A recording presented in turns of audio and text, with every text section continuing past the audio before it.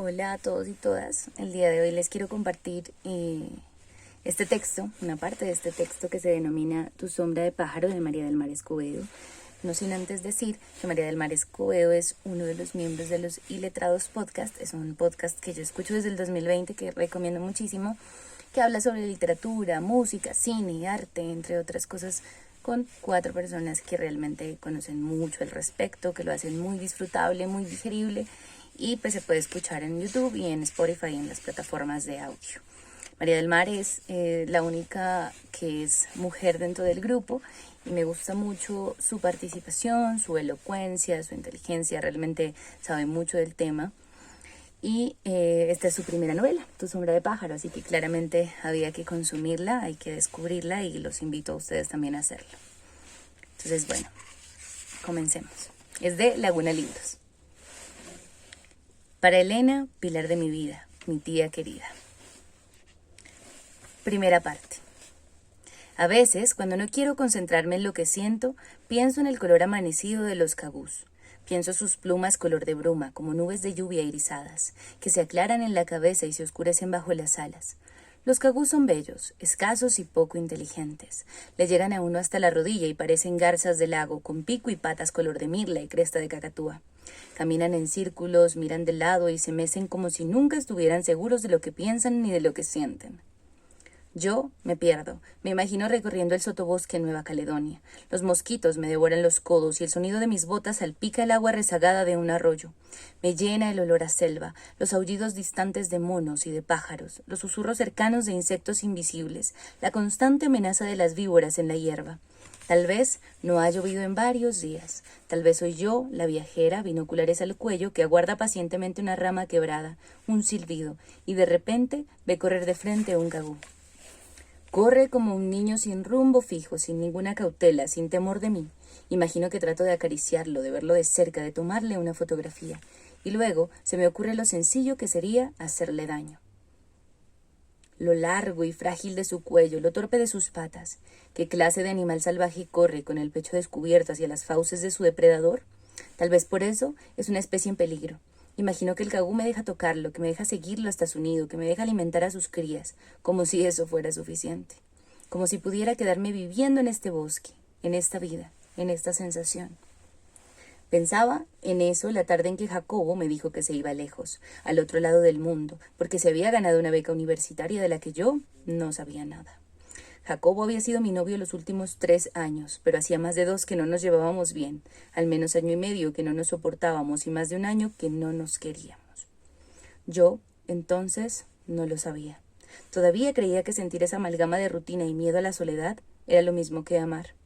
Todavía entonces me ilusionaban ciertas cosas como me gusta trabajar, coleccionaba plumas, leía con voracidad, seguía estudiando, aún me gustaban los pájaros, pero nada de eso me parecía suficiente para vivir. Busqué algo que me quedara, un sueño, un deseo, algo mío, algo sobre lo que pudiera pararme y comenzar de nuevo, pero no encontré nada. Mi vida se había reducido al simple acto de existir junto a Jacobo, y yo no supe cómo ni en qué momento. Comer, dormir, trabajar, llorar y pensar en los pájaros. No habría nada más. De todas maneras, Jacobo no solo era Jacobo, sino mi jefe y el dueño del apartamento, así que gran parte de mi desesperanza se debía a una situación práctica. No solo me había quedado sin pareja y sin trabajo, tampoco tenía dónde vivir. Ahora creo que Jacobo sí me quiso, pero intensamente y durante poco tiempo. Por lo demás, vivimos nuestros días entre fantasmas. Eso fue en enero, temporada de lluvias. Pensaba en los pájaros la tarde en que llamé a mi tío, porque no sabía a quién más llamar y porque no tenía a dónde ir. Hice cuentas del dinero que tenía ahorrado y no me alcanzaba para nada. Pensé en alguien conocido que pudiera darme trabajo y no se me ocurrió nadie. Los amigos que había hecho en los últimos años eran todos de Jacobo y los que me quedaban de antes habían cambiado tanto que ya no tenían lugar para mí. Entonces llamé a mi tío. Su esposa había estado muy enferma durante años y yo no sabía. Había muerto la semana pasada y yo tampoco sabía. Pero mi llamada le había caído como del cielo. Me dijo, porque él se iba del país y necesitaba que alguien se quedara con Lorena. Me dijo que tenía que vivir con ella y cuidarla y que me pagaría bien. Pensaba en los pájaros el día que me mudé a este apartamento. Mis cosas ocuparon apenas un par de cajas y Jacobo ni se enteró de que me había ido. Cambié mi número telefónico para que no pudiera encontrarme y para no saber si él decidía no buscarme nunca. Pensaba en los pájaros cuando desempaqué mi ropa, mis libros, mis pocos recuerdos. Pensaba en ellos cuando me arrepentí de haber aceptado esta vida y este trabajo para los que no estaba preparada en absoluto. Eso fue en febrero, cuando la lluvia se vuelve dulce y comienzan a florecer los dientes de león. De mi prima Lorena yo no sabía sino eso, que se llamaba Lorena y que era mi prima, la hija de mi tío Gersaín, el hermano mayor de mi madre. La primera vez que la vi estaba dormida. Yo no aguanté las ganas de asomarme por la puerta entreabierta de su habitación. Me pareció que no estaba realmente acostada, sino que su cuerpo flotaba bajo las sábanas. Solo la vi un par de segundos antes de escuchar la voz de mi tío, que me llamaba desde el corredor para decirme que subiría las últimas cajas. Recorrí el apartamento sin prisa, tratando de hacerme la idea de que ahora ese era mi lugar. A la puerta de entrada le seguía un pequeño hall gris y helado. El corredor de baldosas rojas se extendía y se desviaba hacia la cocina, a la derecha, luego hacia la sala, a la izquierda, una vez más a la derecha, para el estudio y luego hacia las 3 habitaciones. La más pequeña, que estaba cerrada, la mía, que quedaba en el lado opuesto del pasillo, y la principal, que ahora era de Lorena, y que se conectaba con la habitación más pequeña a través del baño. El techo era muy alto y todas las paredes terminaban en largos zócalos rojos. Mi tío terminó de subir las cajas y cerró la puerta con doble llave. Tiene que mantener cerrado, me dijo, es muy importante. Mi prima estaba enferma, eso me había dicho Gersaín por teléfono. Eso repitió después de cerrar la puerta. Me dijo que Lorena había nacido con un mal hereditario y que era débil, demasiado para salir del apartamento. Que tenía que guardar reposo y que las visitas estaban prohibidas, que por el dinero no tenía que preocuparme, que nunca nos haría falta nada a ninguna de las dos. Le dije que tendría que salir eventualmente a la universidad, pues aún tenía que ir a clases por 2 semestres más. Me dijo que no importaba, que lo urgente era que Lorena no se quedara sola durante la noche. Durante el día vendrá Bárbara, de lunes a viernes, y si necesito que se quede con ella alguna noche, pregunté. Imposible. Bárbara siempre se va antes de que oscurezca, y Lorena no puede quedarse sola. No insistí. De todos modos no tenía otro lugar donde quedarme. Mi tío se despidió con un abrazo seco y corto. Yo entré a mi habitación y cerré la puerta para darle algo de privacidad mientras se despedía de Lorena. Estos grandes ventanales siempre están cerrados. Los vidrios son demasiado gruesos y solo entra la luz del atardecer. Mi habitación estaba vacía ese día, salvo por la cama y algunos muebles.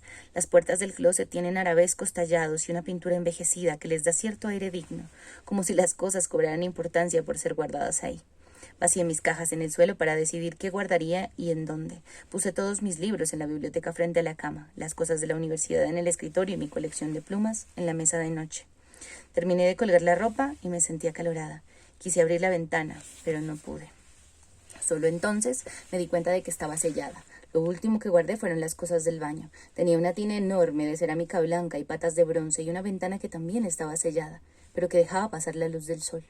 Al abrir la puerta me topaba directamente con un espejo de cuerpo completo y al cerrarla me topaba con otro, así que no podía escapar nunca de mi propia imagen. Yo era fea. Mi pelo estaba lleno de canas, aunque apenas acabara de cumplir 27. Mis ojos eran pequeños y cambiaban de color con mi estado de ánimo. A veces eran marrones, como el bagazo del café, y a veces verde musgo. Otras veces, en mis peores días, eran tan negros que me costaba encontrarme la pupila. Mis senos eran grandes pero fofos, mi cintura se perdió en la adolescencia y ni hablar de las estrías, las cicatrices del acné. Yo era fea, sí, pero Jacobo era peor. Y a veces actuaba como si eso fuera mi culpa, como si su incapacidad para conquistar a las mujeres que le gustaban fuera mi culpa, o como si yo lo hubiera forzado a escogerme. O tal vez eso era lo único que podía hacer conmigo, conformarse. Yo era fea, pero no tanto como él me hacía sentir. Jacobo decía que las mujeres feas tienen siempre muchos zapatos y conmigo no se equivocaba, o tal vez lo decía específicamente por mí. Y yo hasta ahora me vengo a enterar. En verdad que yo me fui del apartamento sin decirle nada, pero Jacobo se fue de mí sin avisarme. Y eso es mucho peor. Los cagús son aves que no pueden volar. Había olvidado mencionarlo.